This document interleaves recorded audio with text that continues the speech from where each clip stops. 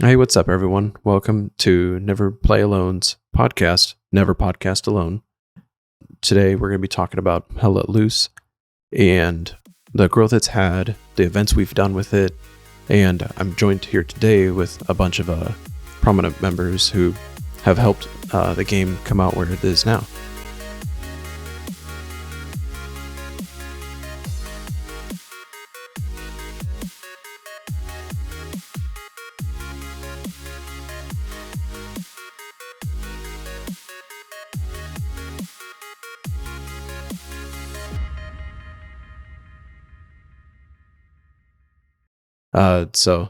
Here we have Airaparent. You want to introduce yourself a bit?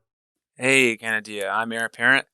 I help try to empower Hell Let Loose in general, but my flag is at NPA, Never Play Alone, which was formerly known as Team Dix. Awesome. And then we also got Cheeze. Hey, Kennedy, I'm happy to be on the podcast. I'm Cheeze. I'm also in PA, currently serve as one of the lead admins on the servers, and excited to be here to talk to everybody. I don't know if you guys are messing with me or if you actually think my name is Canadia. It's Canadia, but I appreciate it. I like Canada. I was just like, oh, all right. Air did it. Okay, well, that's fine. Cheeze did it. Hold on. Is this a trend? Okay. We're also joined here with Heidegger. He's from WTH. Yes, hello, Heidegger, Heidi. I'm from WTH indeed. I guess the main reason I'm here is because I created the seasonal, which is the one of the main competitive events of Hell Let Loose, during teams from all over the world. Awesome. And then we also have Inchon. Yeah, hi, my name's Inchon, member of the Hell Let Loose training camp, and also put out a podcast called Hell Let's Talk, covering kind of news about the game, and stream a couple competitive battles, participated in the seasonal that Heidi just discussed, and all around and enjoying the game. Sweet. Just in case we have any listeners who don't know what Hell Let Loose is, can you guys describe it pretty quickly? Hell Let Loose, I think the best way to, at least it was described to me, is it's that World War II first-person shooter that tries to fill a niche right between an arcade like a Battlefield series and a military simulator like a Postscriptum. And every now and then it wavers depending where you're at on that, but essentially 50v50, low time to kill, one shot does take someone down. Very immersive environment with trying to get as much realistic to the map, the environments, the chaos, the hell, combined arms with artillery, tanks. There's a lot of moments that sticks true to its name of being hell, and on the players, and I know hell on players' emotions and the highs and lows of a game in early access. So that's Hell Let Loose in a nutshell for me.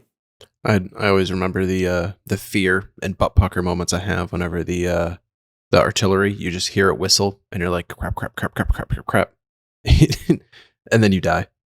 Or that sudden relief but deafening sound as you realize it's a smoke round that just landed next to you, and now you can't hear because of the sizzle of the smoke coming out of the canister. Yeah, think of it, Hell Let Loose. A place, a battle, 50 on 50. Changed slightly now because of Update 9. You're playing in an immersive environment that's directly revealing and showing World War II history in battle maps and in specific objectives within battles that occurred. The chaos being, of course, all the rain on the battlefield, battle fatigue, teams, rosters, all that. And, of course, concerning the evolution of that from public to competition, and what Heidegger has tried to help present in both the fall and here the winter seasonal, of having distinct rosters, training going on, a higher degree of preparation, and a different level of play on the actual battlefield. Yeah, so that's what I wanted to say as well. Like for we could be like fighting in space or whatever. Like I don't really care about the World War II aspect or the immersion or the realism. What is like so attracting attractive to me in this game is the fact that it's such a team game and 50 people against 50 people, and how much you can like work together to perform as a team. And that's why the competitive aspect interests me way more than anything else, because I think it's quite rare actually to see a competitive game, but that involves so many people, right? Like it's usually 5 or 6 people competing together when it's a team game, or alone rather usually. But here it's trying to get that team working together with that many people. In our case, from all over Europe, not speaking the same languages sometimes, which is really interesting. Yeah, to simply put it, whenever people ask me what Hell Let Loose is, I just say it's a chess match where you shoot guns. Because, unlike a lot of other games, you have the abilities to create your own spawns, create your own front lines. Essentially, you determine from the game, from a strategic standpoint, of where you want that front line to be, where you want your flanks to be. And then pair that with the 50 players working together. There's potential, and we've seen it in the competitive games with all of our teams. There's some really incredible times we have when you have 50 people firing on all cylinders. And there's not really another game out there on the market, I think, quite like it. And we might discuss this further, but I've said the same a few months back. But yeah, I'm very critical of the last updates, but we'll come to that probably. Oh yeah, I mean, well, isn't that a part of the kind of the review? What intro to what Hell Let Loose is, where it started, and where it's at. I mean, where it started, we got a couple maps, guys, and the game mechanics have changed so much over the last 2 years. I remember playing it I think within the first month it came out, and I think the only map I ended up ever getting was Herdkin Forest. And then that's completely new, right? Because they updated old Herdkin. Yeah. Old Herdkin for life, yeah. baby. I know. I just all it was just a forest, and a valley. And I was like, this is just all right. Just got to charge Death Valley. Hope you make it to the other side and kill the people on that side. And Saint Marie Dumont still holding strong for all of us. Yeah, I think you hit on an important point to say, where this game kind of started, because it describes a lot of, we get to later conversations about changes, things of that nature. The game started as a Kickstarter with a small group, I think, of less than 10 that I think was looking for like $100,000. They wound up getting like $230,000. A lot of passion, a lot of from the Kickstarter supporters. And as they have gone through 9 updates, there's been some changes that we kind of addressed this on one of the podcasts, where you have these different generation of players that got into the game either at the Kickstarter original backer type period, the veteran players, and now the new players. And each one of these generations comes to this game now with a different approach of what it was, what they're looking for, what it's not, things of that nature. So it's really a unique challenge for the developers to be true to their original backers and original vision, while also ensuring that it's appealing for more individuals. And at the end of the day, it's a business. It's not a nonprofit. Well, and Heidegger, I mean, if I want to bounce off that, I was going to say, I mean, yeah, you're going to, I think the springboard here is going to be solid, because what Inchon just said, you have all that, and the game is still not fully stamped. It is in development, and we hear of other things in the future, like console versus PC, and maybe you can take it. The problem for me is that there is also something that happened between that, maybe the goals that were set and maybe what they're going for today. But I think in the middle of that, maybe they stumbled upon something that was actually better than even the original vision. Yeah, I don't know if you know what I mean. Like, it happens sometimes in early access games that placeholders sometimes are really loved by players, and for instance, we can see that for Sainte-Marie du Mont, for instance, which is so much loved by all the players and nobody wants to see it gone, but we read that like the grass or many things in there are just placeholders that the devs don't like, and I think it's the same for how the meta was, for instance, in update, let's say 4 or 5, 6, which was extremely interesting for a lot of us and made us fall in love with the game, and that was removed. And I'm not sure, like, it was neither part of the original ideas or part of what it's going to become or even appealing. It's sometimes a bit luck, like they set up a game in a way that that was really deep and strategical, and yeah, I feel like this has gone a bit downhill since then. And I'm not sure if it's to conform to an original vision or if it's, like Inchon said, to cater to new players by adding content and like being attractive game. But yeah, it's not that I missed some Kickstarter goals. I think like they found some balance and some equilibrium that was kind of really deep, like I said, and that Well, it was weird too, right? Because and Inchon felt this as well as I did, and I know you did. I mean, I'm bouncing around both Europe and NA servers, and even and having those discussions between, you said it, update 4 or so through like entry of update 7. So that's last year, where we were still receiving new players in the game. There was some ebb and flow. We had, it was official, for those that know, scrimmages are like wars between communities, and those communities respective were still growing as Heidegger was starting to form up our fall seasonal in 2020 and getting teams online for that. And that was kind of a very strong heartbeat for the game, and it did draw a lot of people in.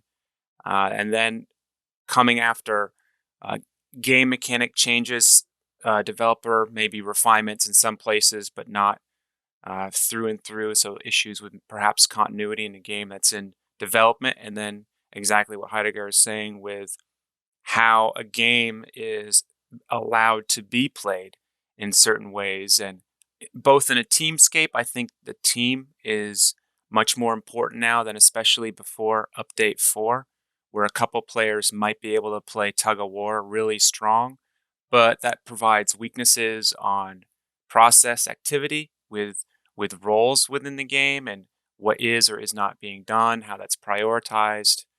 And yeah, I mean, it's been interesting since the middle of last year, I'll say that. Well, I think there's one thing that we do have to kind of hit on to where it's at right now, is I don't think the developers could have asked for a better supportive community behind this game. The community has driven a lot of events that I don't think the developers were thinking would be this early in a early access game. The amount of new players still coming in, it's almost like, they had a Volkswagen Beetle, they got a V10 engine dropped into it, and a lot of these things we're kind of talking about, I think, are somewhat of control of the growing pains, and how do we keep everybody satisfied, put out new content to keep people appealed while fixing known issues or bugs or pain points for some of the larger communities. So it's definitely a I don't want to say a rocket that everybody's kind of like holding on, but the community is growing. The community is a great community. You see free player weekends come in, and up on the message boards, Reddits, things of that nature, people say, man, everybody's been really supportive, helped me guide some things through here. And even just apparent on this podcast, we have 3 different communities come together to talk about something that we generally have a passion for, which is allowed by the development of this game. And we wouldn't have known each other maybe in the same way if this game didn't exist. I mean, there's other games that could have cross patterning for sure, but I thought concerning what Heidegger and Inchon and me meeting Cheeze in the battlefield and seeing what he could do months ago, it's like heartwarming when you have those moments, whether it's a new player or veteran, or you're bouncing around and you're playing with someone brand new, and that magic's happening. It's the treasure of the game. Yeah, I mean, you can even think, everybody's been through a tough year in one way or the other, with the pandemics and lockdowns, and a ton of people, turn to gaming to be that escape when they're cooped up inside their house. So, in a game where there's 50 50 players on a team having to work together. I mean, that's what got me into Hell Let Loose. I started PC gaming 10 months ago, 8 months ago, to do that. And the people I met along the way, it never would have happened without the game. So there's a soft spot in my heart for it. And I think there's that soft spot in everyone else's heart where we really want to see the game succeed and grow and continue to be something that we enjoy for a long time to come. Well, you guys definitely... I didn't realize how in depth you guys were going with that. Not really in depth. I guess with Cheeze's last statement, having met actual friends from a game and just interacting with everyone, that's pretty fucking cool. Okay. We can go ahead and cut to the next bullet here. So I know, Heidegger, right now, your viewpoint on the game is a little bittersweet. What are your thoughts on these current updates? Well, I've basically been saying the exact same thing for I don't know how many months since update 7. I think removing the ability to build, to get a bit technical, for people that know the game, won't sound stupid. Maybe I can explain a bit more. So, as Inchon said, you can place your own spawns, and which is the core of the game. And right now, the problem is that when in enemy territory, you cannot build garrisons, basically. It was changed a little bit recently, but not really. And which limits the ability for players to define the front line, which was said was the core of what's fun and interesting in this game. And this has led to many issues in competitive, and the main issue is that whoever caps the middle point first usually wins the game. 80% of the time, we have the stats for seasonal, and I think with competent teams on both sides, that stat is even higher, right? It's probably closer to 95, 100% win. For instance, we had the DreamHack game against the two DreamHack games, right, where we capped the middle first, and then, for instance, versus Training Camp, they played extremely well, but they just have no chance because we know how to exploit that fact, and so yeah, that kind of limits the competitive possibilities if the game is a bit unfair, So, and every update that came after that is fine on its own. The trucks, the supply reworks, everything. I don't have an issue with any of them. It's just that they don't fix the big problem introduced by update 7 at all, which is that garrison limitation. So for me, yeah, I've been giving I don't know how many pages of feedback to the devs to try to explain how and why this is a problem, and this, in my mind, kind of kills the deeper aspects of the game. Yeah, I don't know. We could discuss about it here, but let's do it. Yeah, sure. This is a podcast, after all. So yeah, sure. I'll actually give a counter opinion to the update 9, because I think you're right. Really, when spawns are such an important point in this game, or mechanic of this game, because let's be honest, spawning is fun. Spawning gets you into the action. It gets you multiple options. It allows you to essentially draw, where you want to be on this map and have a presence. The taking away the red zone garrisons of update 7, I think definitely tried to keep player density at the hindrance to where we were just too close. Bringing it back in update 9, I've actually been able to have some success with it. I still think, seeing a little bit in the Greyhound Cup, which is a different competitive with some of the same teams in the major invitational that Heidi leads. We've seen some success on there. I think it might be a little too early to say whether the red zone garrisons implemented here are worthless, or if they just help. I think the way I kind of establish it is update 6, red zone garrisons helped you gain map control. here in Update 9, Red Zone Garrisons will help you maintain map control, which is a little bit different of a strategy on it. I think the biggest aspect of... Sorry, go ahead, Heidi. I was going to say, I think where we definitely agree on, and Update 9 didn't help it at all, is the amount of randomness for a team to decide who wins based upon a one of three objective spotting in the middle. And due to the historical presence of the maps, it doesn't necessarily lean itself to a fair competitive scene to where one cap might be favored in either by location to a spawn, initial spawn, or by geography, microterrain, barbed wire, looking at Win 4 to one side. And I think that really gets to kind of where one of the biggest issues right now, or changes I would like to see going forward, is...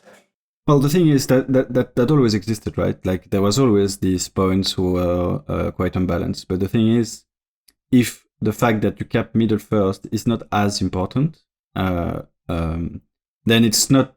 Oh, that kid is angry.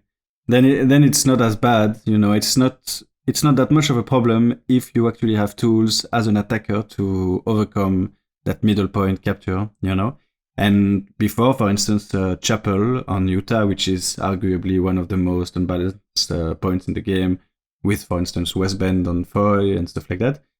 It was a pain before because of the point itself, but it's acceptable because, well, you can still take map control yourself around it because you can build spawns and you can fight over these points, right? Like at Chapel, you could get the compound in the north, you can fight for the town in the south, and then your squads get there, they build a Gary, and then, yeah, the defenders are cornered and they're all stuck and surrounded, and then you can take the point even if it's bad for you at the start. It doesn't really matter. But the problem is now you cannot... like to hear Inchon's response on his previous statement, but I think we could all agree, as much as attacking is important, defending in this game has changed a lot since its beginning and its tools, and that's still not fully realized by teams. That could be from newer players, how team dynamics are, but also how the game's developing. And we're speaking to Utah specifically with Heidegger's example,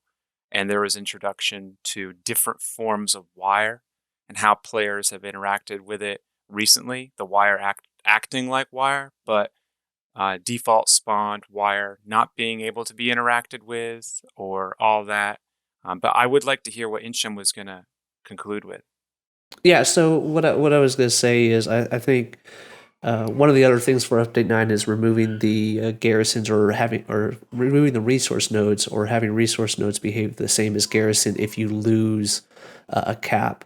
And why I might be in the minority to say, hey, I think the simplicity of making resource nodes and garrisons act on the same is okay. I don't necessarily think it's great, but it's okay. I think it leads to a bigger problem of what Heidi touched on, of saying, if you get an advantage, it starts to snowball and on the other team, and the other team doesn't necessarily have a tool to come back and counter that. I think Heidi, as we said, with the Invitational, 80% of the teams that took the midpoint wound up winning the game. And what I would like to see, I kind of started joking, creating a hashtag movement because I'm old.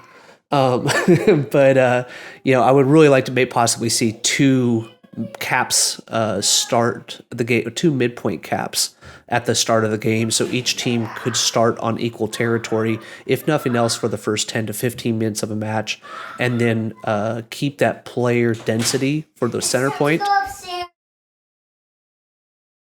Gotta love kids. And we're gonna go ahead and cut that one out. Yeah. No, here, Inchon, I mean, you got player density. Maybe in speaking to what Heidegger was mentioning, there is some bias, both because of military history and the maps themselves, which resemble it. Some of that, concerning like a place like Chapel, isn't just the cap zone, the 4 grids around the zone for those who know, which you hold weight in a warfare mode in Hell Let Loose, but the strong point size and orientation. perhaps there could be a development there, Inchon, where there's more than one strong point for a zone. What would you think of that? Yeah, I would like that. Sorry, go ahead, Heidi. No. It's just like I don't see why we need extra solutions where it was perfectly fine before. Just like the reason why they removed the red zone garrisons is like from their own admission, or like that's how they justify it, is because they didn't like quote unquote ninja garrisons, which were a problem in public games mostly, since organized defenses had mostly no issues defending against that, but which was this practice of just building a garrison kind of sneakily behind a point somewhere, and then you redeploy your whole forces there, and then you kind of sneak up with a big force. Super counterattack. With your recon. Cheeze is on recon. I tell him. Yeah, I mean, I can. Yes, which was a problem, like I said, in public games, because in public games, people just want to attack. They don't look at their map. They don't defend properly. They don't scout. They don't do anything. So yes, then I can understand that they want to remove that possibility, right? But there were plenty of ways, which were described already in many feedback posts, to forbid that by, for instance, making it impossible to build it in the circle or too close to it, limiting the number of people spawning on a wave. There is plenty of solutions possible, right?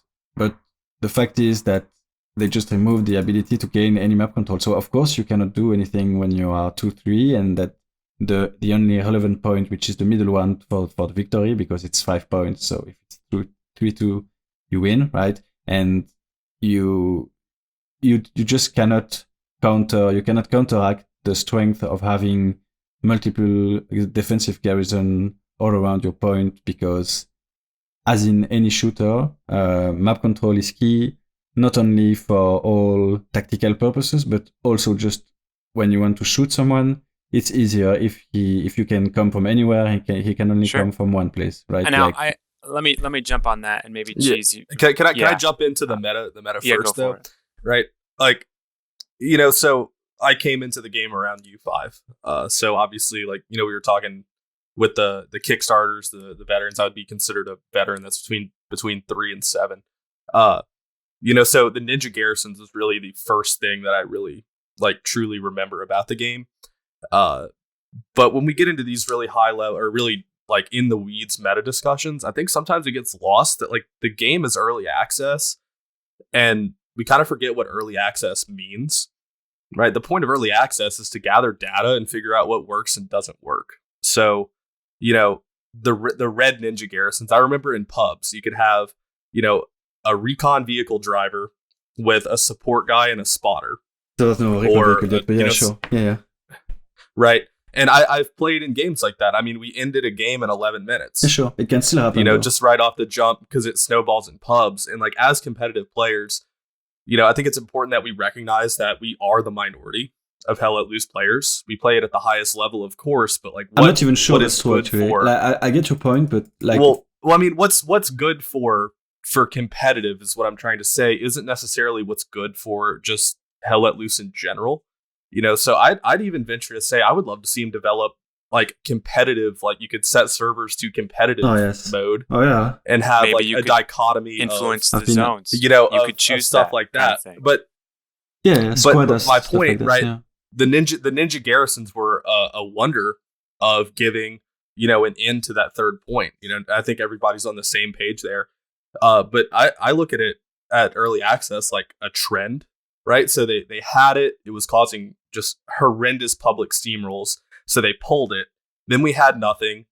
They got feedback, and now they've introduced it in a lesser caliber. Right, that just shows me that they're listening and they're trying to find that. Well, and don't forget too, even with the post Ninja Garrison, and we had this problem against WTH in a scrimmage where, and actually another team where it was impossible to destroy garrisons in enemy territory. Right, if it was 3 or more grids back, that was. But it lasted 2 weeks, but yeah. Yeah. That was one of the few things that they changed. It's a great thing to show. Because it was so bad. This game is early access. The developers it would be irresponsible to develop a game early access just for competition unless that was a stated goal. It's a public sphere. It's still very dynamic. And what I would say is, if anything, what we're doing with the winter seasonal, what was done in DreamHack, how the updates have changed, I would preface in saying, as much as the game is, focused with the developing of it through that sphere of influence and play, what we're doing in the competitive side, which really doesn't exist yet. It's not official. This game is not a stamp yet. We are actually a different way of a PTE for the game. And that's why I participate in competition, aside from what I've done in other games, because we have a very intimate connection to how the game is going. And when we are battling out outside the seasonal, in a scrimmage or war event, or inside a winter seasonal, which we're going to speak to, which is really fun to be a part of, we're not just talking about it, which we're doing here. We're showing how the game can be or cannot be fluid, what micro changes might need to be made.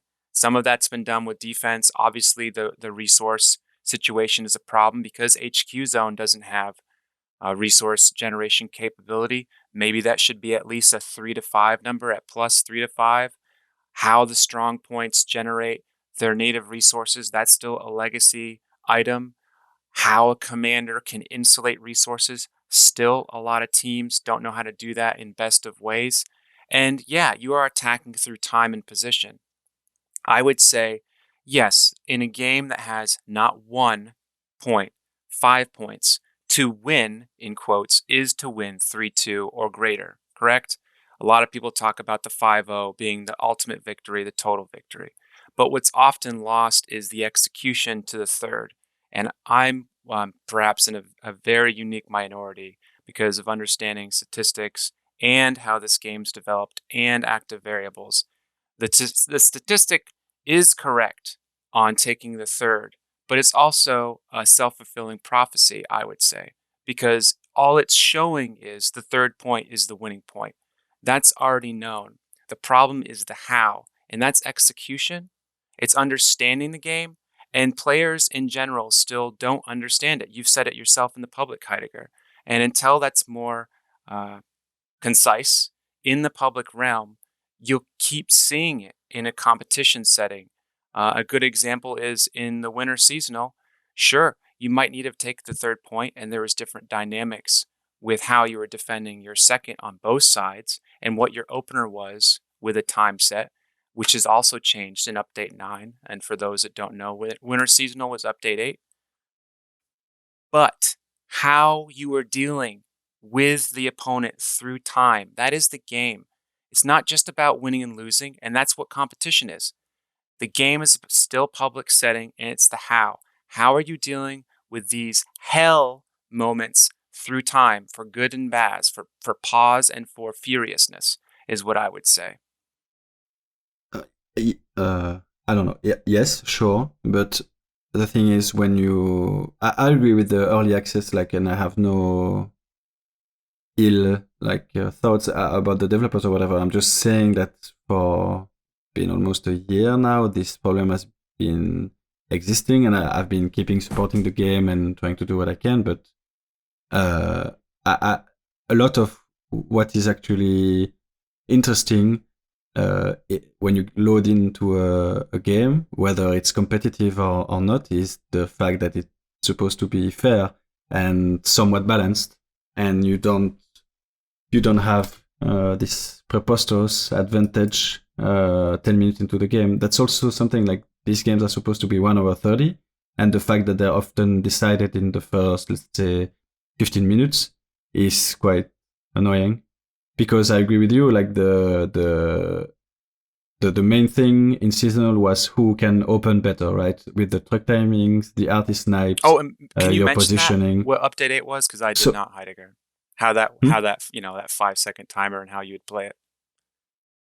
What do you mean? How would you open? I don't think a lot of players understand what that was like. In Update 8, you mean? Yeah, in general. Yeah. What was the opening strategy clearly, in general? Well, you had the problem was right. It's still the same, by the way, even with the warm up thingy. But so you have trucks spawning at different HQs, and you have the different layouts randomly generated of which point is going to be the middle point. And like at least in WTH, which I was commanding at the time, which I'm not anymore, woohoo. We do a plan for every possible scenario on the map, and with every squad knows what truck they're going to take, where they will spawn, at what garrison, etc. So for every point, there is like the first, let's say, 5 to 10 minutes who are pre-planned, I guess. And then you would rush the middle point and hope to take it. And if you take it, you try to secure it as fast as possible. And if you don't take it, you might as well leave the server. So, just to expand on that, in Update 8, for those listening to the podcast, one of the very special abilities that the teams had to have a certain understanding of was you had a transport truck that could carry troops and a supply truck that could carry 2 people plus crated supplies of 300. And upon match start, at the time, there was no warm-up period. There is a warm-up period of 2 minutes. I generally call that a minute and a half in Update 9 because of how players are spawning in. But that didn't exist and had been discussed about for many months. And so in Update 8, it was within 5 seconds. As Heidegger said, you really needed to understand where your sectors were, where your units were going to spawn, and then how to execute that. Were you building garrisons? Were you rushing troops in a transport truck? Who were those troops, squad leaders, support players, what have you? And where or how your armor was going to be supporting that. And maybe even using command abilities to drop a supplies for, a connect the dot garrison and so forth. But it was a hastening. It's still true, by the way, with the warm-up period. Sure. Because, for instance, if you have your if it's WN, I don't remember the south one. Well, as allies, WN7, as allies, your truck spawns north. On so Utah. you better, on Utah, you better be quick, right? Because it takes around 2 minutes to just cross the beach. So you still need to be very fast, because if you're not, you're still going to be outpaced. It's funny that we're talking about this, because now we have a warm-up period in this game. But it doesn't matter. Yeah. But, hold on. We have a warm-up period, but the game still allows the players to spawn in. I think one of the goals for the warm-up period was to have, in a public setting, more teamwork, more coordination with, again, more random player types, right? Because if I'm never playing with you guys and then I'm playing with you guys, let's form up together. But a part of the game that I would like to see be at least looked at is you can still spawn in during the warm-up period. Maybe that needs to be taken away. Also, still, with the default spawns of armor and trucks, there's a reason why the trucks are where they are. And I think the developers said they wanted to give bias there for the particular battle and or map. But what we're talking about here kind of goes into where and what is default spawn, and maybe what the commander could have more ability of in helping that person, him or her, help their team have success on the battlefield. I mean, Inchon, what would you think if you could spawn vehicles that weren't, you had no, or maybe one default vehicle and you would go from there? Yeah, no, it could be helpful. I think, you asked what could it be a dream as a commander. I would love the ability to automatically place a defensive garrison to take a non-fun ability or non-fun activity and remove it from a player and give it more to the RTS strategy of the commander. But I want to hit on something that a couple of you guys have said. One is, obviously we're pretty passionate about this game. We've got thousands of hours, I think, amongst us all in this, if not multiple thousands of hours. And the competitive game that we talk about and we focus on is almost kind of a natural evolution for where we are, where we want to expand the game to get that next challenge out of the game. But a majority of the player base consumes this game, and when I would say majority, I would say greater than 51% consumes this game in public games. I think the competitive game, and Heidi said this earlier, the competitive scene does represent a significant amount of the population. I still think it's less than 50% of the population. So I think from the developer aspect, it's a challenge to how much do we support the retention or the hunger of this competitive scene, as opposed to what do we put in for a majority of what our players are playing day in, day out. I really disagree that what what quote unquote competitive side shows is not true for public games, because it's not like it's not actually competitive, it's just people that play the game that play together in a more organized manner, like the only difference is that people know how to play. That's the, well, or should. And it's like there's no special settings, there's no nothing. So it's, for me, it's only the game in its most raw state, and it's maybe pushed at its boundaries, but it only shows what the game actually is, it just strips away the fact that in a 100-player game, of course, half of them will have no clue what they're doing, like in public, and some of them are on Discord trolling with their friends, some of them are chasing achievements or whatever, of course, there is all of that noise, but if you remove it at the core, it's what's happening in competitive. And yeah, I think you're right on the point, because we've kind of danced around it a little bit here, but I think for the developers, they have to be tuned into the competitive community. And you said earlier, it's almost like a free PTE, apparent. We, in a desire to beat our friends, our peers in a different team, we still haven't beaten WTH. We'll get there one day. But you guys didn't take a point from us on the last one. That we're going to count that as a moral victory. No, you can, honestly, you guys played so well. Like, we were it was just so sad because that final push that was caught on the stream. I don't know. Yes, yeah. So we have just, you cannot do anything.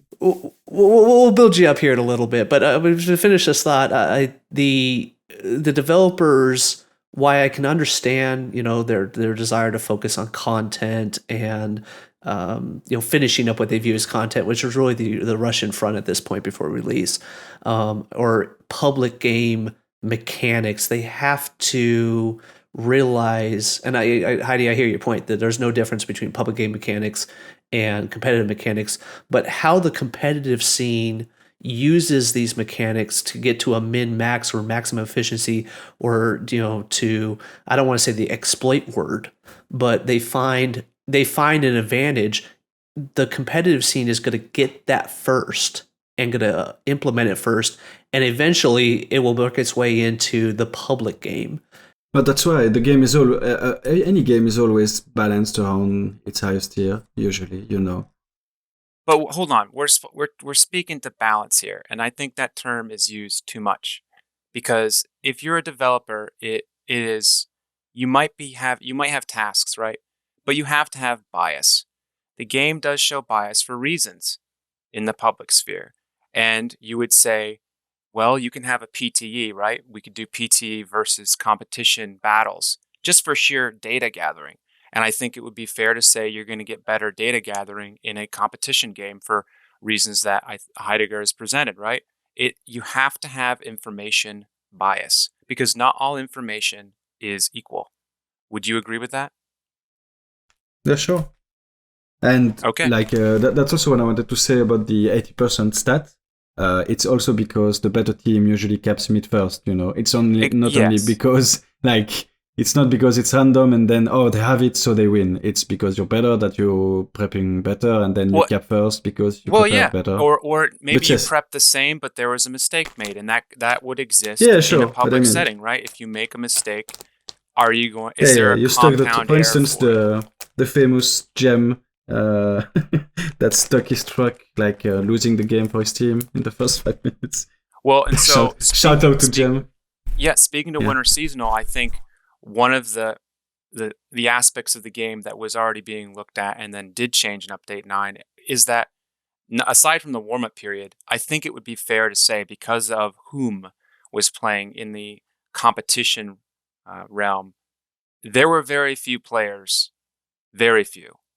that you could spawn a map, and someone who's not here, Wild Bill and I love talking maps. Heidegger and I, Inchon, all that, right? Cheeze, one of the reasons why he's a right hip in MPA is because we love talking maps, because that's the battle, right? There are very, very few. We're talking less than 1.1% of those who play the game in total, that if you showed them a map, that person could tell you how the game was going to be. And essentially that was the first 5 to 10 seconds of the game. And we saw in the winter seasonal, sure, how you were executing for that mattered. That preparation on the competition side, in difference to public game, happened days, weeks in advance. And then you had to form up and see those sectors and how you were going to apply. If it's Saint-Marie du Mont, was it the barn? Or was it town outskirts? What's the second point for both teams? How is that an open point or more of a closed point? And concerning DreamHack, when we just finished that up, which is kind of a post kind of jump, a micro beat, but after the winter seasonal, of which Hell at Loose Training Camp, NPA, CFR, a French very fun team to play, and good mates, and WTH participated in.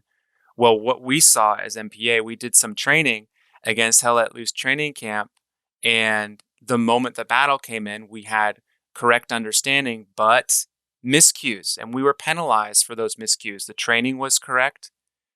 The devices, in this case, a transport truck, which if you would just look at how the players were spawning in on both teams, in the review of it on the broadcast, you saw one team utilize that, another team setting up for it and not utilizing it. And that was the balance over, in this case, the barn position, which one team, the Allies, weren't able to have certain influence over areas that were in cap, but may have still lost the cap. And another team was able to extend. And that's the beauty of knowing the maps and how the warm-up period maybe now can help a little bit with that. But yeah, I mean, if you take the midpoint, there's ways to lose it, but that goes into the how and execution. And for the same reason on dynamics on the battlefield, the wire at WN4 and WN7 is very, very great, but it's also problematic because so much of that now is a default part of the map. And how do you reward or penalize a team for making errors at the point if you can't interact with that? Maybe there's reduction there, and there has to be more expansion with player builds with wire now that it's a thing. But I did like seeing that charge, by the way, with Inchon and Hell Let Loose. So I see what you're saying, but could agree that it's a problem that most of the game that's supposed to last for 1 hour 30 again is decided in those 5 to 10 minutes, because I don't think you spawn in and it's GG, like it's sometimes the case West Bend or whatever, but a lot of points are quite balanced. For instance, on Sainte-Marie-du-Mont or SME, you can fight for them at the start, but once the dust kind of settles, you can't anymore. So that's why, and we could talk a bit about the red zones garrisons like that they implemented. So if people don't know, now you can build them wherever you want. It just costs 50 supplies more if it's in red zone, so it's 100, and that's the big thing, right? You cannot spawn there. Well, it gets locked, so like you cannot spawn if there is at least one enemy in 100-meter radius. Yeah, they don't even need to know where it is. Yeah. Yeah, you could just accidentally lock a garrison for 20 and minutes. just being 100 meters. So like 100 meters is quite a big radius. So if you can see in concretely how could that work, there's two options. One, the enemy team is absolutely brain dead and doesn't go anywhere, and you can put it pretty close to the enemy point, right? That's a possibility. It's always a possibility. It exists in pub. Or in competitive, how it could work is if you put it on the far flank. So for instance, if you're on WN7, you can put it in WN4, sure. But that doesn't, well, you can put it there, but nobody cares if you're there, right? Because the middle point is are you really doing a reward to you're not doing being anything. able It's to access the zone? Yes, you can be there if you want. Like the point is like 1 kilometer north from you, like nobody cares, right? So that's why I think it's really like people want to see in those red zones garrisons something because we're so thirsty for something, just something, please. But what you're saying, Inchon, about maintaining map control, I don't see how that's true, because how can you maintain a spawn if anyone that just walks in 100-meter radius will lock it? It doesn't make any sense. I think if they lower it to, for instance, 50, that could actually work, because 50 is not that far away, and you can kind of make sure that no one is there in the 50-meter radius. It's possible, but 100 is way too much. And it could also be maybe the area needs to be cleared before you can build a Gary, instead of this spawn locking mechanism, which is kind of weird to me, because like it's a game that you like, the game is not to stare at the death screen, right? And like you want to play the game and be so I mean, you don't want to do that. Yeah, right? The locked spawn mechanism is so bad. Like, why? Prevent me from building it, or like don't prevent me to spawn, and then you have to pray because you're in the death screen, and you're like, maybe it's gonna get locked, maybe not. I'm waiting the whole wave, and then there's like 5 seconds remaining. It gets locked. I just want to Alt F4. Yeah. So I'll give you a little cookie on this one. So to go to your point of distance, a normal garrison gets locked at 15 meters. The red zone garrison being locked at 100 is a multiplier that I think is probably too extreme to that credit. Even at 50, that would be a ×3 multiplier plus 5. So yeah, I think there's some adjustments that can be done with that. I was gonna say, with that said, I like the idea that you can still build the garrison, and it's almost kind of I've referred to as a time bomb garrison now. That if you can build it and then clear out around it, and that garrison still is like ticking, it doesn't start, reset at 40 seconds. I do like that they give that little bit of flexibility in there. And you could weigh that with an airhead use or not in a particular zone. Airhead being an immediate via airborne dropped commander ability to spawn in. Heidi, you've been the main driver for setting up these seasonal invitationals. So what made you want to organize those? Well, we had, there was previous tournaments. Well, not tournaments, actually. There were leagues where we participated, and it didn't always end very well, partly due to not great organization, I guess, and partly due to the format itself, which a league format which is long in time, and like you're supposed to fight every team, but the teams in Hand It Loose come and go, they form, they disassemble, they ally, they disally, etc. Well, it's a 50 players game, so teams come and go and are not consistent. And leagues like last 2 updates, whatever. Anyway, I wanted to create something that would be fast, short in time. I mean, something with no extra rules, like no special settings. So, like I said previously, just like a normal game, but played by teams that know what they're doing. Only 50 versus 50. Like, I don't like when it's 30 versus 30. There has been tournaments like this where the player count is lower, but for me, Hand It Loose is 50 versus 50.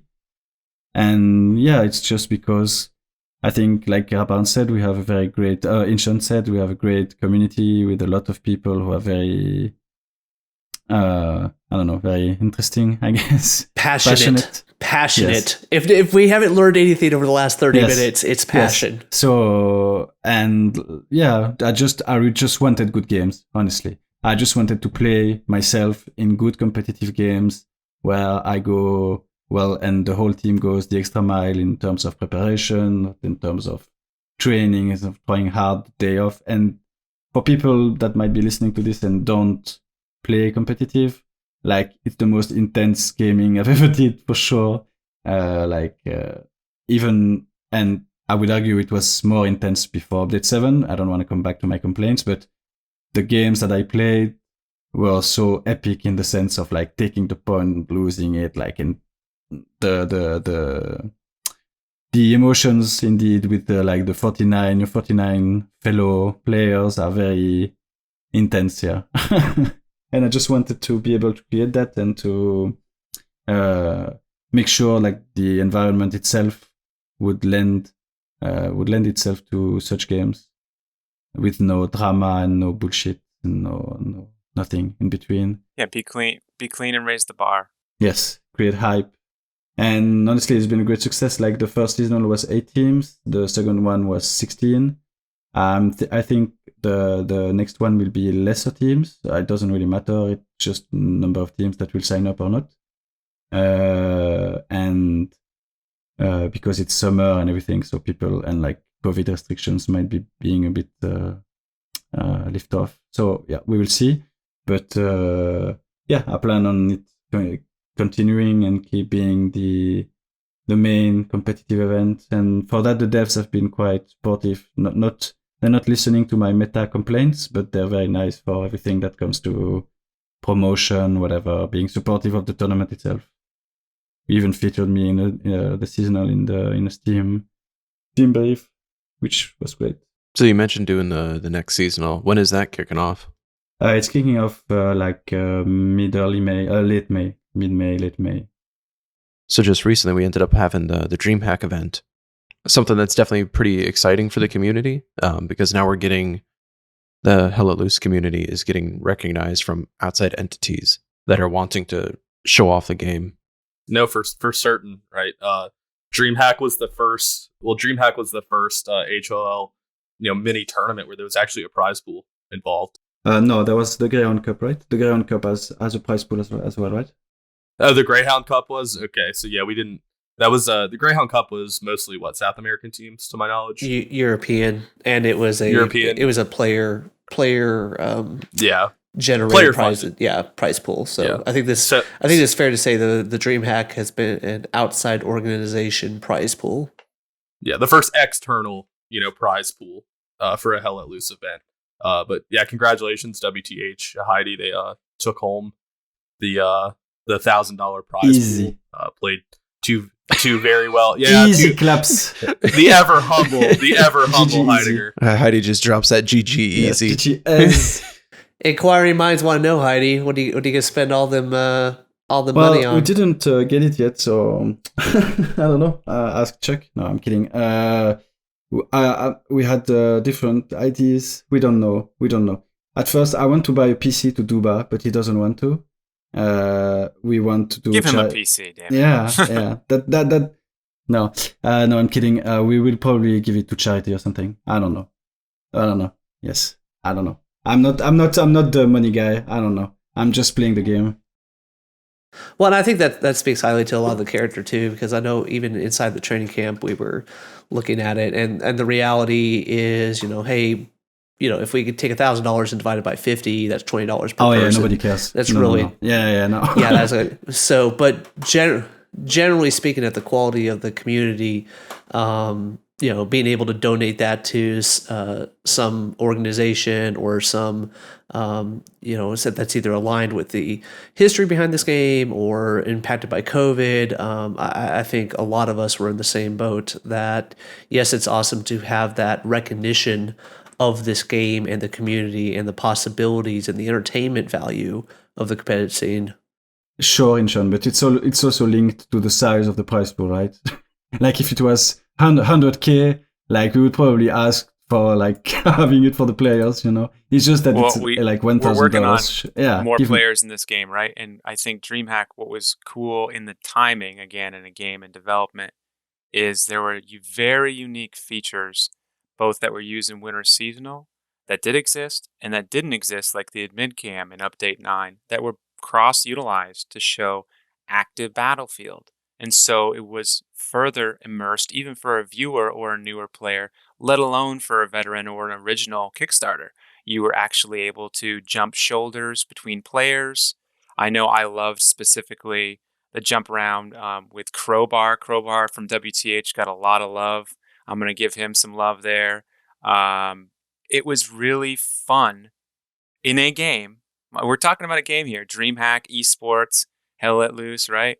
It was fun to be able to experience that both on the battlefield as a player and then in a revisit for the player that was in the battle, or even if you weren't. And Mom, I think that's how you grow the game, right? I'm on TV, Mom. Take the camera.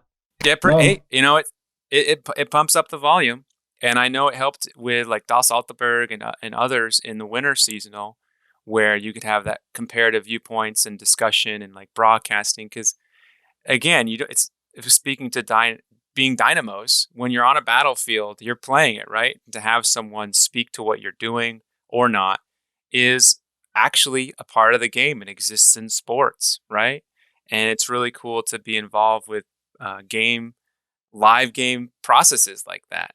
And I'm a former sports player, and that's one of the coolest things where, especially if I was watching an opponent, and maybe my buddies are on that team, I can have that conversation thereafter. Or, being an audience member is a cool experience, even if you're a player. And I think going forward, one of the goals of DreamHack, aside from continuing the momentum from the fall and winter seasonal, of which we had fall, winter was Heidegger, WTH. Winter, Exodus. Exodus is not here, but they did win. And they're leading in a Pro Bowl game of those who are the top 96, plus some developers and broadcasters for a Pro Bowl event that's coming. The Inchon's helping with Hell Let Loose training camp around May 1st. There's some training that's going to happen for those Pro Bowlers, right? These ways of presenting the game and expanding the game because it's still growing. Yeah, I think those Pro Bowlers don't need any training. More just hurting the cats on that one and have a best of the best or a who's who battle. I'm being organized by Wakanda, perhaps, which is quite the experience. Yeah, earned. So Wakanda, perhaps, right? The Exodus representative from winning the winter seasonal there with was it Fluffy for WTH? Second place. Yeah.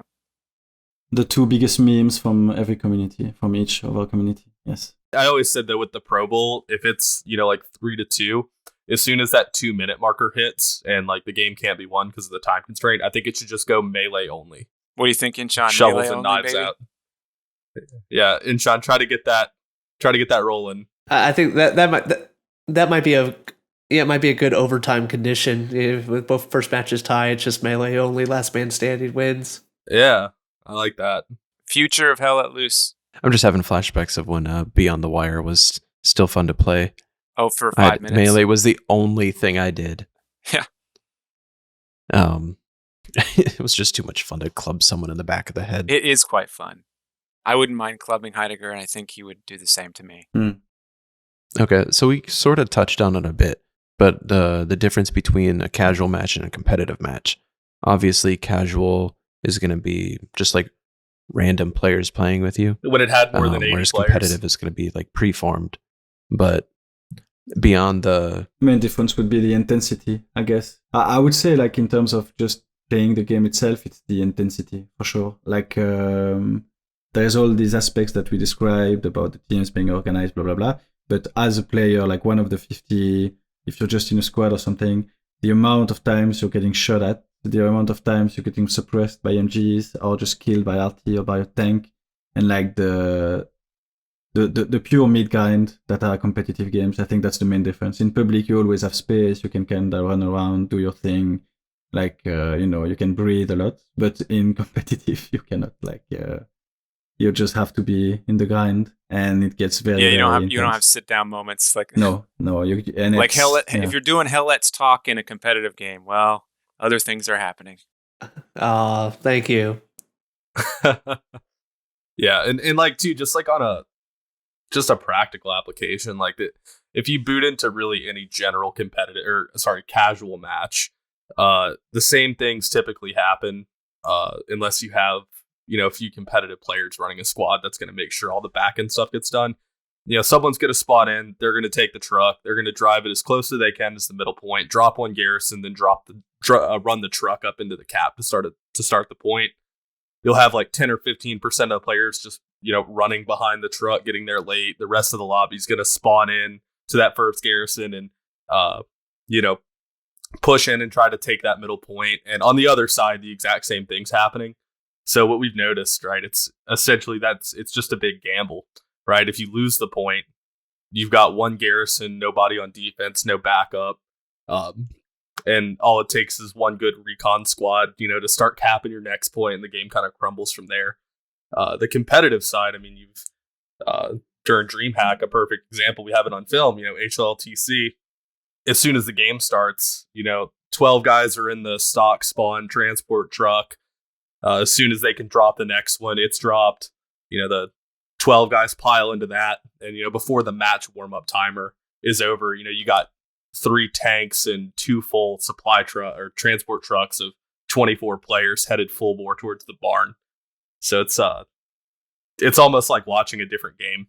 Yeah, the simple things. And as competitive players, one thing that we try to do, and I know I've experienced with WTH admins when I play on their servers, HLLTC, and what we try to do as well with NPA, Never Play Alone servers, is to show the game. And because the game, although it's the same, there's a lot of players that don't know how to realize it. And that could be because of whom they're with in a squad. It could be they don't know what the realization is with defense or resources or timing. Someone saying, oh, well, I'm being engaged right now. Well, that's cool, but you need to redeploy because that engagement has a much lower priority than you think it does, right? Do you have resources up? How are they getting more public players to understand that? And one thing that the competition scene does show, there is importance to have certain things and where they are. And in the public setting, one of the ways that players can learn in viewing competition is you should expect certain things if you don't do certain things. And one of those things is the game gets much more difficult. The struggle value gets much higher. Forms of impossibility get more large and loom right in front of you. And when, in general, those players, whether they're ushered or trained or learn from content creators, YouTube, or the competition scene, or all of the above, the hope and goal is more players realize that, because then you'll have more players in an active battle scene doing a tug of war against each other. And when those games happen, I can tell you very much so, that they're really awesome, really, really awesome. And that also kind of goes into having maybe more maps in the game, and in a competition setting, playing more maps, and the evolution of what is and is not played through time, I would say. But that's in my view, that's the biggest difference. I'll say two things that obviously competitive and casual have a lot in common. There's more that they have in common than they don't, but two things that do kind of separate them for me is one, pace, and two, kind of sub-objectives or key terrain. Starting first with pace, I think a competitive match, they know when to be slow, when to, not just spawn, run to the next point and die. Hey, I'm going to take up time here. I'm going to wait maybe for a couple other guys to get with me. We're going to get different lines of sights. That's definitely the dream. To be able to, easy to say, harder to implement.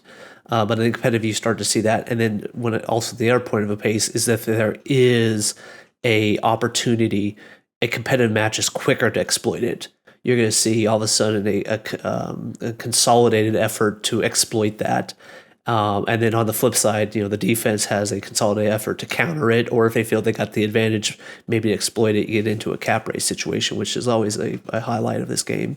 And then second, I think, is the ability to understand not just the circle strong point on the map, but where key areas are to control the 4 squares in the active sector, or to control critical areas. I think of the Magic Hill on Saint Marie du Mont, just south of the barn. G6, baby. Yep. Yeah. I mean, that hill right there, and you it's always fun because I love being in a public game, and then all of a sudden, I got my squad and we're fighting another squad. I'm like, who the hell is this guy? And all of a sudden I look on the other side, your nemesis is WTH. So it's like, okay, yeah, we both know how important this is in a public game. Everybody else is in all the other blueberries are in the meat grinder. Meanwhile, we're realizing how important this is. And they might even be saying in team text, or why are they out of position? Well, they're not out of position. Yeah, so I think those understanding those key aspects is something that the competitive scene definitely highlights, or this key aspects of the terrain definitely highlights, and even more now with the administrative camera, being able to highlight those from not just the individual point of view but from kind of that eagle eye third person to where you see how this one building or this line of sight denies the enemy, freedom of movement or straight up kills them. I think that's really, really interesting and a difference. Imagine if you could build a garrison there. Imagine if it was not only a privilege for the 5 guy. meters or free? Yeah, really, before, we could just go there, you fight for penguins, or, well, the G6 for you. We call it Penguin's House, well, history. But you go there and you fight for it, and then you build your carry, and then you can attack Barn as allies if you lost it. There you go. Oh, that you would have to gain territory. But if you were already there and you wanted to keep your map control, you could put that there and move your OPs out. But but it would be locked because it's like 100 meters from Barn, It would be locked 100%, so it makes no sense. Well, and let's and I don't know if anybody played in the PTE.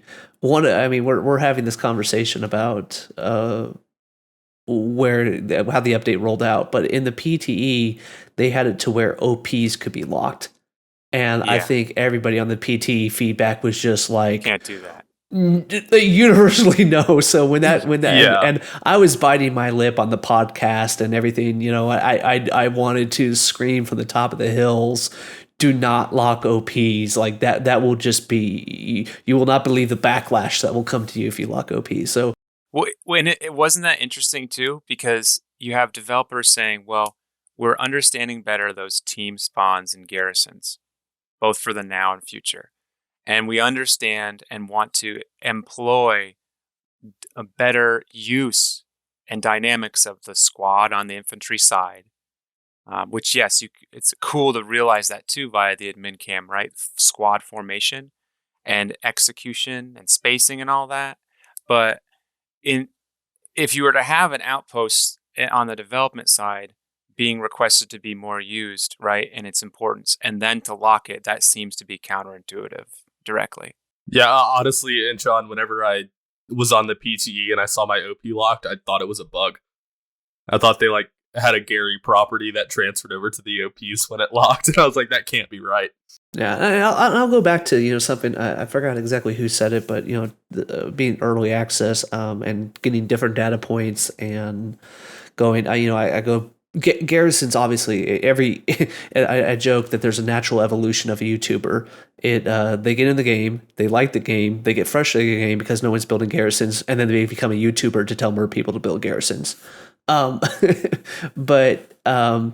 the garrison distance mechanic, was at 100, and then it went to it was at 150, then it went to 100, now it's at 200.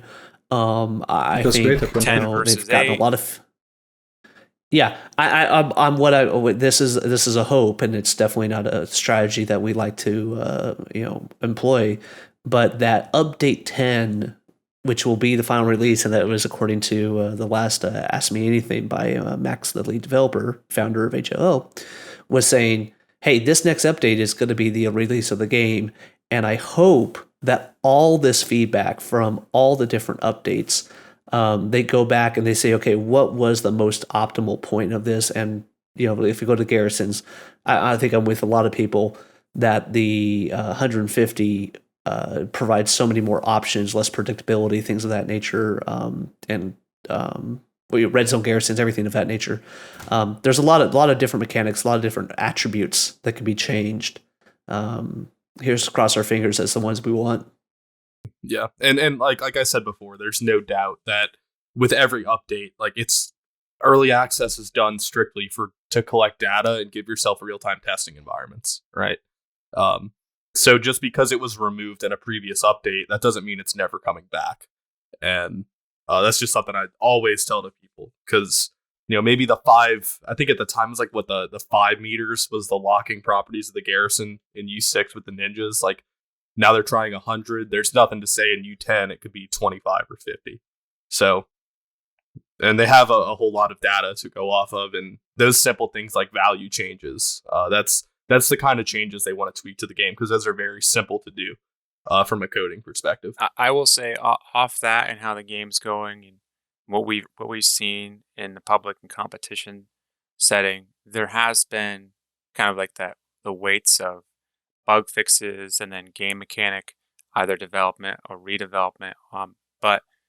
And we've spoken to, I know I have to infantry and recon and commander, but I love playing armor. I really do. And I know Heidegger, I've had time playing with armor with him and Cheeze and a bunch of other players. Maybe not Inchon. We can change that. But armor, A squad leader for life. I'll make you tank commander. Damn it! But armor since update 6.7 between hitboxes and continuity between engagements with particular classes of tanks, introduction of other vehicles, trucks, dynamics with the environment. Now the expansion in update soon to be 10, right, with more vehicles, subclasses, more like, in quote, they said regular vehicles, in understanding how to use such a thing versus like a heavy tank versus a medium tank as an example. But there's armor dynamics that a lot of those who play armor really feel, want, and hope do happen, because although this game is not kill tank kill, the armor environment in Total War was and is a thing, and it has a certain measure of force.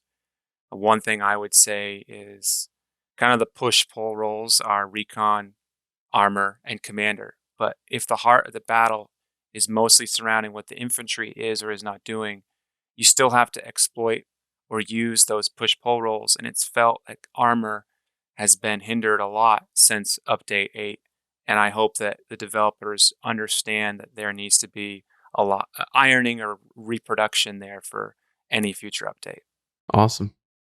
So the fun question is, what is your go-to role when you play the game?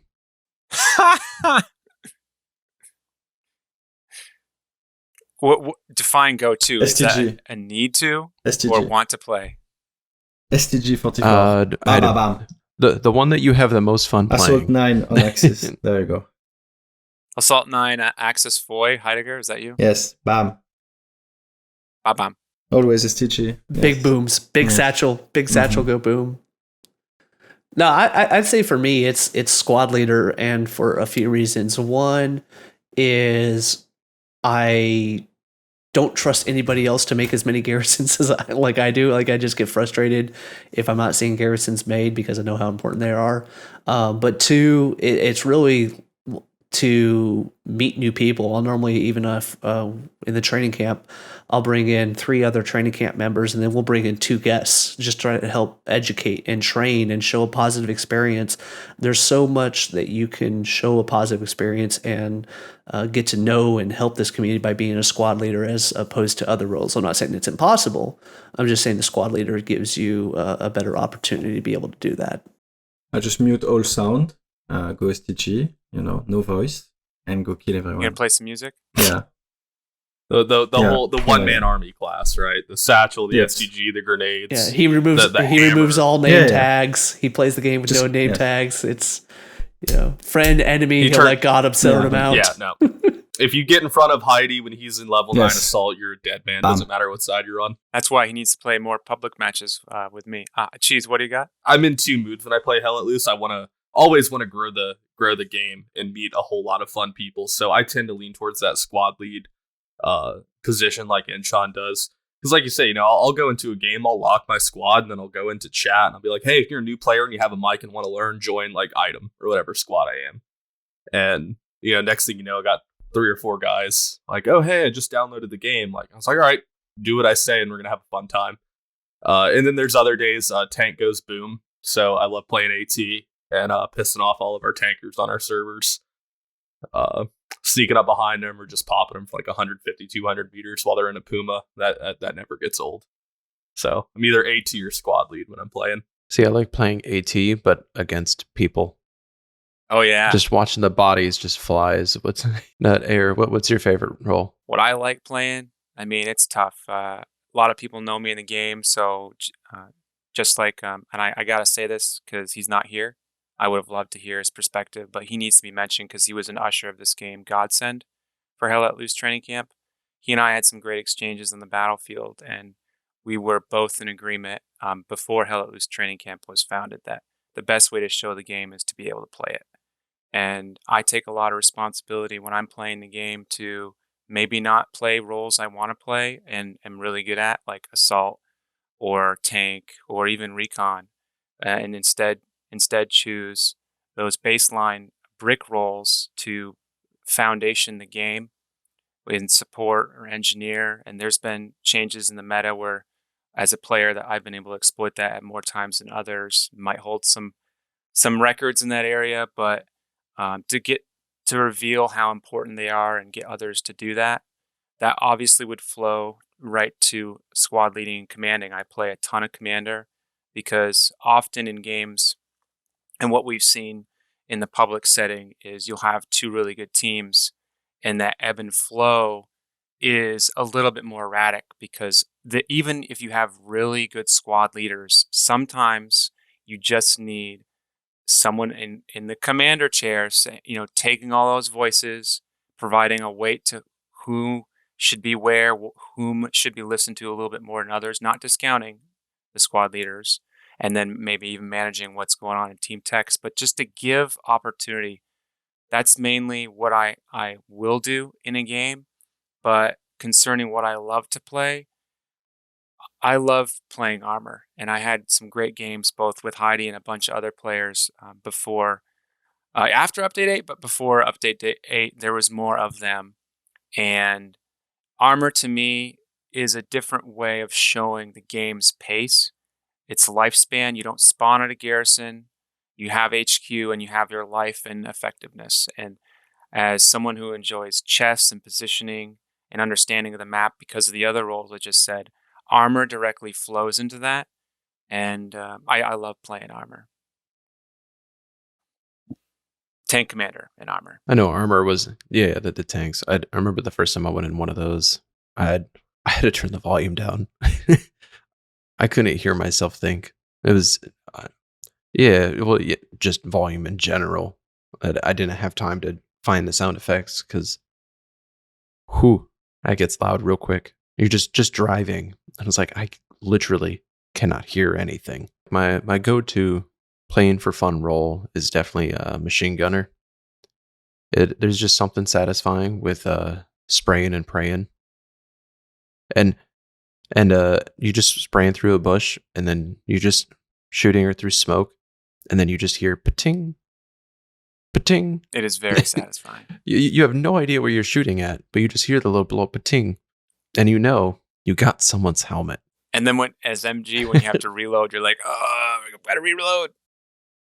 There is, and whoever did it just needs to be commended in real life, hopefully with a bonus. The game satisfaction for the player of hearing a headshot is one of the best of anything. I think one of my best ones is actually happened just this weekend.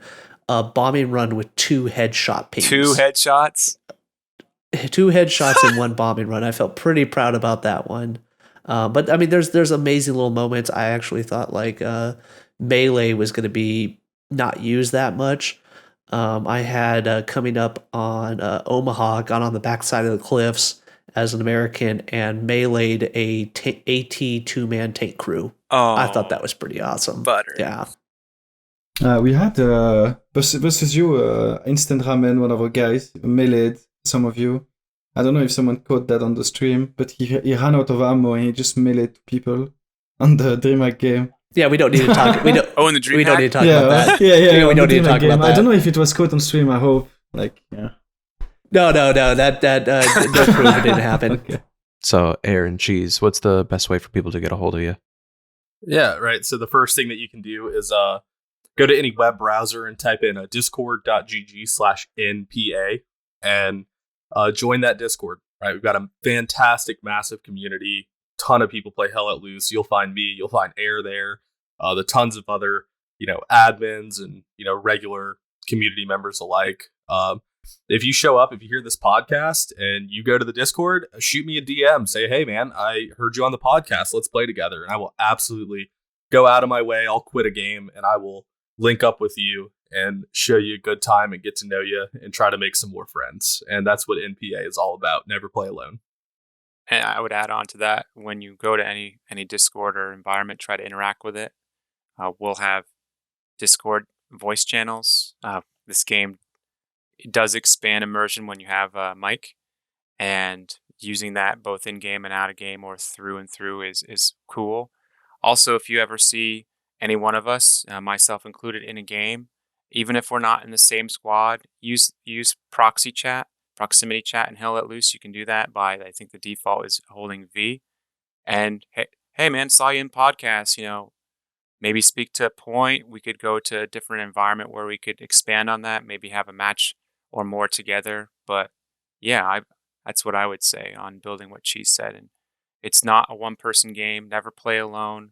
And there's a reason why it's titled like that. And being a very open community, we just want to play with players and see how the game evolves through action, both in game and around it. Don't do that to me. Don't DM me. Don't talk to me in game. I don't exist. Heidi's there to spray with the SGG and just throw grenades and satchels. You will not contact Heidi. Heidi will contact you. With an SGG. With an SGG loaded. Is there a good way for people to reach out to WTH? Yeah, the Discord is discord.gg/WTH, and you can also join the seasonal Discord, who doesn't have a vanity name, but there is a website with a link on it, HLLseasonal.com, with a link to the Discord there. Yes, but don't DM me. No problem. And then Inchon, I know you were saying you also have a podcast, so feel free to plug that too.